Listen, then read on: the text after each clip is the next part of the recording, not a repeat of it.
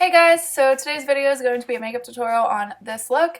It is a bold, fun, colorful, out of my comfort zone type of makeup look. I use the Juvia's Place Masquerade palette. I wanted to play with the pinks and purples in this palette, and yeah, disregard my hair in this video. It is second day hair and it got super frizzy for some reason, but yeah, if you want to see how to get this look, then just keep watching.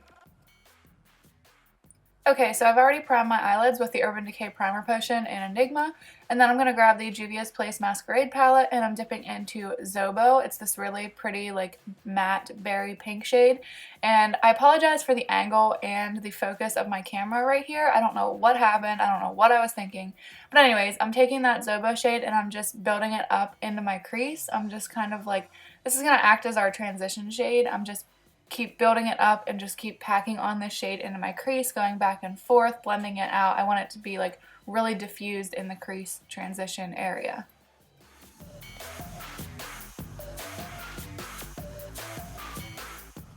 I'm then going to pick up a tiny bit of this shade called Dahlia. It's this like metallic blue shade, and I'm using this really fluffy, really thin blending brush from Luxie, and I'm just blending this right into the heart of the crease. I really want the lid shades to blend seamlessly into the transition area, so I'm kind of building up this blue color to give that purpley effect. It mixes really well with that pink shade, and then I grabbed a little bit more of Zobo and I'm just kind of building it more into the crease. I'm kind of going back and forth with the shades just to like build up that transition area and give that nice diffused effect. Okay, moving on to the lid, I'm going to take this shade right here. This is Makeda. I don't know why I'm holding it like this, so awkward. But I'm just picking up that purple Makeda shade, or Makeda, and I am packing this onto the outer portion of my lid, and then I'm also going to take it onto the inner portion of the lid. This is the shade that I looked at, and I was like, okay, I have to do something with this shade someday. Like when I first got the palette, I was like, I love this purple shade. It's like a metallic, deep, like royal purple. It's a beautiful shade.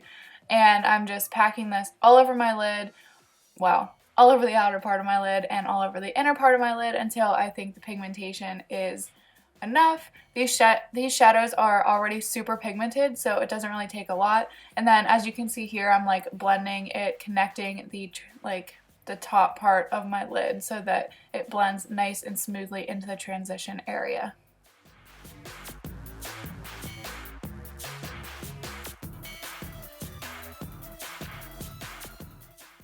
I then dipped back into Zobo, and again, I'm just building that pink color up, making sure everything's nice and diffuse and blended out. I don't want any harsh lines in this look.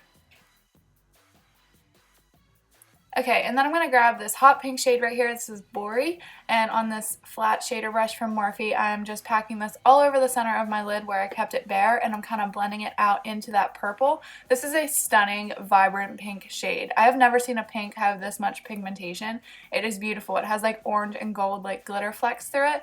It's a stunning color, and I'm just building this up, making sure it's nice and pigmented. And then I'm going to take that Zobo shade again, and I am just building this up into the crease area just to give, again, that more diffuse look, but I want it to have a lot of pigmentation in the crease and transition area, so I'm just continuing to build it up.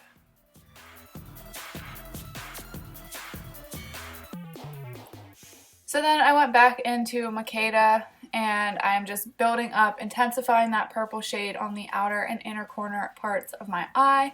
And then I also took a little bit of Bori as well, and then I intensified the inner part of my eye. I just really want these colors to be super pigmented and heavy on the lids.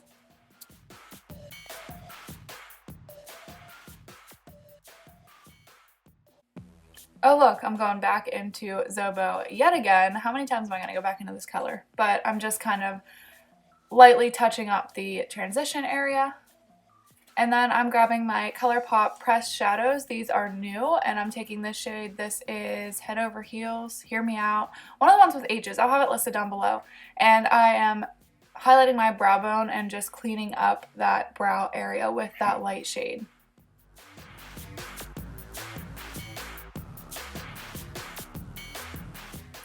Moving on to the face, I'm taking my First Aid Beauty Hello Fab Coconut Smoothie Priming Moisturizer. I have grown to love this product. It is a moisturizing, type of primer. It really smooths out the skin and makes it look dewy and radiant. You can even wear this like without any foundation, so on like no makeup days, I like to put this on and it really like gives my skin a healthy look to it. And I'm just smoothing this all over my skin.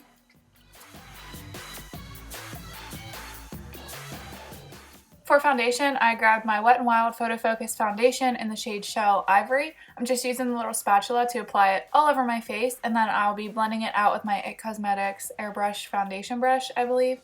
I wasn't too sold on this foundation. It smells pretty bad in my opinion, like it kind of smells like paint, but the finish of it and the wear of it is really fantastic. So if you're looking for a good affordable foundation from the drugstore, I highly recommend this one if you can get past the scent. It took me a while, but I did it and I really love the way this wears.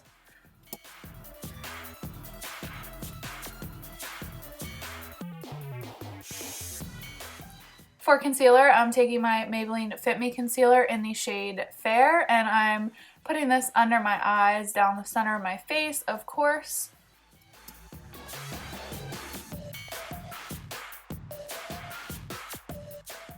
And then I'm blending out that concealer with a damp beauty blender.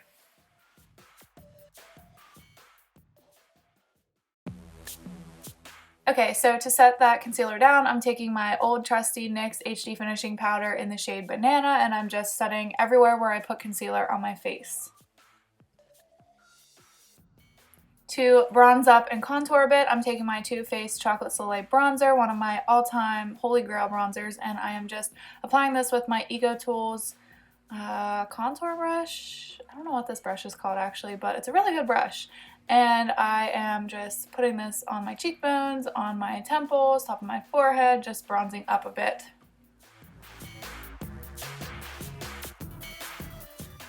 And then I'm grabbing the Benefit Cheekathon palette. I haven't used this in such a long time. It got pushed back in a drawer. And I'm taking this blush right here. This is Dandelion blush. I love this blush for like a subtle pinky type of blush. I think it pairs really well with this eye look because I didn't want something that was going to be like too pigmented on my cheeks because I really want the eyes to be the star of the show. So I grabbed my Jouer highlighter in the shade Citrine, and I'm just highlighting my cheekbones. I guess I wanted a really intense highlight this day. I don't know. I love this highlighter. I just got it recently and it is amazing. It's so pigmented. Like, this is a nice metallic type of highlight, so if you're not into that, I don't know how much you'll like it, but it is an intense highlight. I think it goes really well with the intensity of the eyes. And then to finish up the eyes, I'm dipping back into the Masquerade palette and I'm grabbing Makeda on this e.l.f. Crease brush, I think. It's like a domed little brush, and I'm kind of smudging this out on the lower lash line.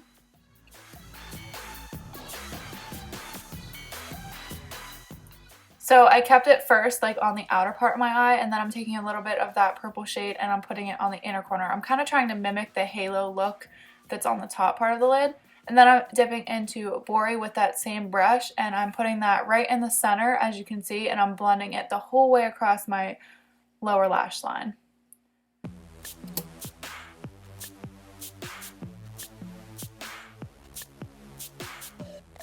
I'm then taking this little smudge brush from Ego Tools and I'm dipping into the shade Gisa. I love this inner corner shade. Look how intense that is. This is one of my all-time favorite inner corner highlighting shades, and I'm just applying this right to the inner corners, just really packing it on to give that intense highlighted look.